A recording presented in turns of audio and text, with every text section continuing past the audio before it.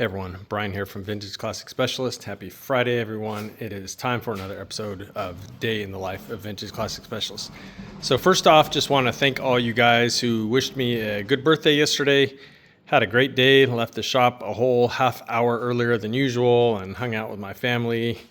And my wife cooked a nice dinner and we just kind of hung out, watched a movie. I've got a son who's almost 16, so yeah, just kind of hung out and did the family thing, ate some red velvet cake, and back at it today, guys. So anywho, pretty much today, and this is the thing, guys, that I like about obviously having a shop and having, you know, quite a few projects in here. And there's more here than meets the eye right now because some of them are sitting outside at the moment, but can pretty much come in any day and choose what I want to work on. I mean, sometimes we're trying to make a push to get things done and, you know, we have to stay focused on something. But yeah, a lot of times I can come in and just kind of pick what I want to work on.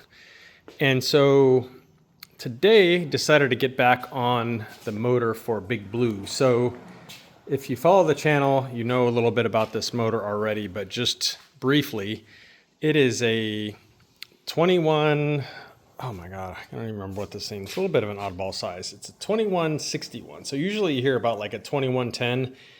So it's a 90.5 cylinders, but instead of the usual 82 millimeter crank, which makes it a 2110, it's an 84 millimeter crank. And that makes it a 2161. So not really a combination that you hear of a lot. However, what's not to love about a little bit more stroke on the crank? And especially for a heavy vehicle like a bus, you want to do everything you can to err on the side of making it a torque monster. So anyway, 2161. All right, and so the motor is getting fuel injection, it's getting air conditioning, it's got stock heating, and so anyway, the air conditioner set is from Gilmore Enterprises, and they initially accidentally sent me the wrong mounting bracket for the compressor. So the one that should come with this kit, which is the kit made for a center mount carburetor, on that one, the two ears, probably hard to see because they're black, but the two ears here where my fingers are of this mount should fit between the two ears of the compressor. And the mount they sent me, it wasn't like that. It was, I think they were further apart, so they wouldn't fit between the two ears of the compressor. And it was made more for when you have to mount the compressor a little bit differently. For if you have dual carbs, there's a carburetor sitting kind of over here and the compressor gets mounted a little bit differently. But anyway, so they sent me the correct mounting bracket, and so kind of started off the day by swapping that on here and then just really starting to test fit stuff, figure stuff out. I had kind of mocked stuff up before, but I couldn't really do a great job because, again, the mount for this wasn't really right, and everything kind of hinges on that. So pretty much put that on and then, you know, like sort of build everything else around it, because it's pretty much going to go where it's going to go, dictated by the mounts. So anyway, once I got the right mount, it's kind of like game on for this thing. So I got this thing on here, got it mounted, and, you know, tighten up the belt a little bit. Probably not tight enough, but it's not really going to affect the position of this that much when I pull it a little bit tighter. So close enough for mocking everything up. And so you can see plenty of room here, probably more than it really looks like on the video for the ignition leads and stuff like that. Plenty of clearance in here. And so, yeah, once I had that, I just started kind of doing a little bit of troubleshooting. I had to, so the mount that comes with this distributor is this big, thick aluminum one like this, which is great. However, this mount here for the compressor is made, seems like it's made more for like a very thin sheet metal, the stock style clamp that would normally hold down a distributor. And so I basically modified some of the hardware that came with the air conditioner kit so that I could use this clamp and, you know, still tighten everything down, because it's probably hard to see, but there is an arm from this clamp that comes down and picks up that stud right there where the distributor clamp mounts. So I had to cut down the special nut that comes with the air conditioner kit some, and put it in there with a little spacer and stuff like that. Anyway, figured it out. I had to actually bend it a tiny bit too, and to get it to fit really nice. The other thing I had to do, I don't know if you'll be able to see it. Oh, come on, focus.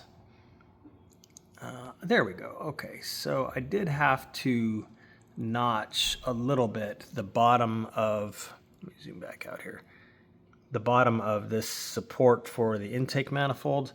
I did have to notch that a little bit to clear the distributor clamp.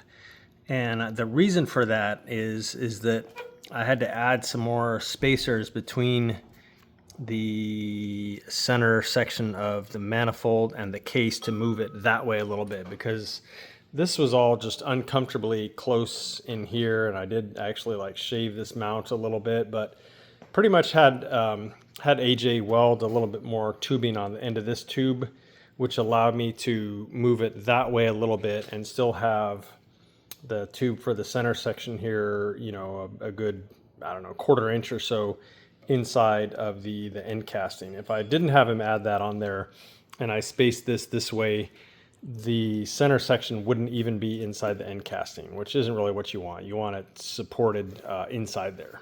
Anyway, so little stuff like that, guys. Just notching that out, you know, test fitting things, taking things apart, trimming them.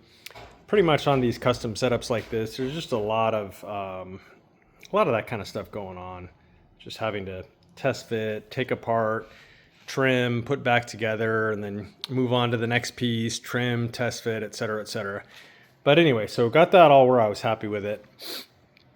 And then went ahead and cut the hole that you have to cut in the front engine tin here for this bar to extend through. And probably when I put this thing together for real, once all the tin is powder coated, I'll make some kind of like rubber shield or something here to kind of seal that hole up, just so we're not sucking hot exhaust air in through there potentially. So we'll make something to seal that up with, a piece of rubber of some sort. But anyway, yeah, so cut that so that could go through.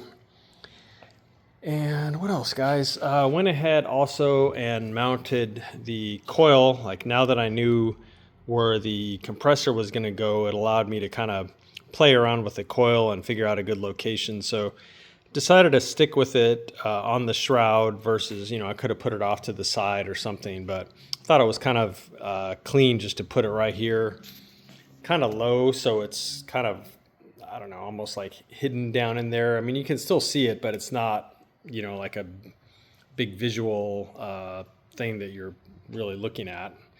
And yeah, so made it there, and then made a coil wire for it. The wires on this kit, this is the not CB Performance, the Pat Downs kit, comes with a long ignition lead here for the coil that doesn't have an end on it, so you can cut it to length and put your own end on it. So went ahead and made that and hooked it up. By the way, the coil is mounted on here with nurserts. So instead of using like sheet metal screws or something cheesy like that, went ahead and popped a couple nurserts in here. So that thing ain't going nowhere, and very easy to take off and put back on and stuff with nurserts. Essentially, it's just threaded now with machine screws. So love those things. Super good when you have something blind like that you can't get around the backup to put a nut on. So yeah, kind of monkeyed around with that stuff. The other thing that I did was to figure out, now that I had the compressor in its final location, was figure out where I wanted to put the outlet for the left side fresh air hose, because there's no room for a hose in here, so I got to cap this off still. This is the sort of stock location fresh air outlet of the shroud. But yeah, so that'll get capped off, and then this will be the new location here. And so yeah, I was able to kind of figure that all out. Tried to keep it kind of low on the motor so it wasn't, you know, too obstructive looking or whatever. Just routed around the compressor. The other thing that I did, and there's probably other things too that I'm forgetting, is I went ahead and mounted the breather box. Again, this is mounted with nurserts on the shroud here, so no sheet metal screws. And I think I mentioned this before, I found some right angle bulkhead fittings that I wanted to use, because the challenge with these cars when you have a breather box inside the engine compartment and then you've got valve covers obviously outside the engine compartment is how to get those hoses from outside to inside. And so to keep things neat, I found these pretty slick right angle bulkhead fittings that screw into the shroud straight out on one side, 90 degrees on the other. And that worked out perfect as far as having the hose basically pointed right at the breather box there, versus if this was straight coming around and having to loop around this way or something. Same story over here, pretty much just heads right to it. I do need to get a similar right angle fitting for this one on the breather box. I'm not very happy with this kind of coming out and having to make this turn. I think it would probably clear the firewall, but I don't like it, guys. So this fitting's got to come out, and I'll put a right angle one. And then this is the one here that will go to the oil fill stand here. So that'll come out nicely this way and just, be able to route around like that. So that, guys, is actually most of the mocking up that needs to be done on this motor. So I need to kind of look at it again, stare at it a little bit more here. I may need to open up these holes in here because a bunch of cables are going to run through. So need to open that up so I can put a grommet in there, and then run several of these will run through there and go to the crank position sensor, the O2 sensor, and the oil temp sensor. So those will all route through the shroud right there. So need to fix that hole so it's round and can take a grommet. Other than that, guys, I think this motor is ready to pull all of the tin work back off and send it for its final powder coating. And then when it comes back in, it's going to be time to put it together and fire this thing up, and probably take it over to AJ Sims, of course, at Low Bucket, who sells the fuel injection kit.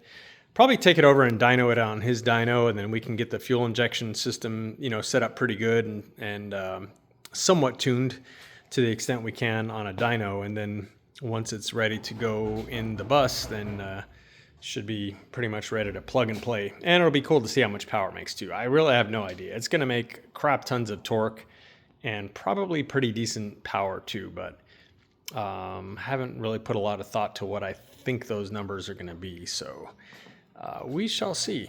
But anyway, guys, that was pretty much my day. Just focused on this one. It's pretty quiet around here. Jacob is out on some family matters right now, and my upholstery guy Santiago has been out all week. He had a bit of a family emergency that he's been dealing with, and Renee was here doing his bodywork magic, and Raul was here helping him out. But inside the shop, suffering. I think it was like 95 in here today. Pretty much just me. So kind of a quiet day in that sense. So that is it for today, guys. I will be in tomorrow to work on my own cars a little bit. Not 100% sure what I'm going to do, but there is plenty to do on those cars. So look out for an episode tomorrow with me tinkering with one of my own cars. So thank you everyone very much for watching, and we'll see you again soon. Bye.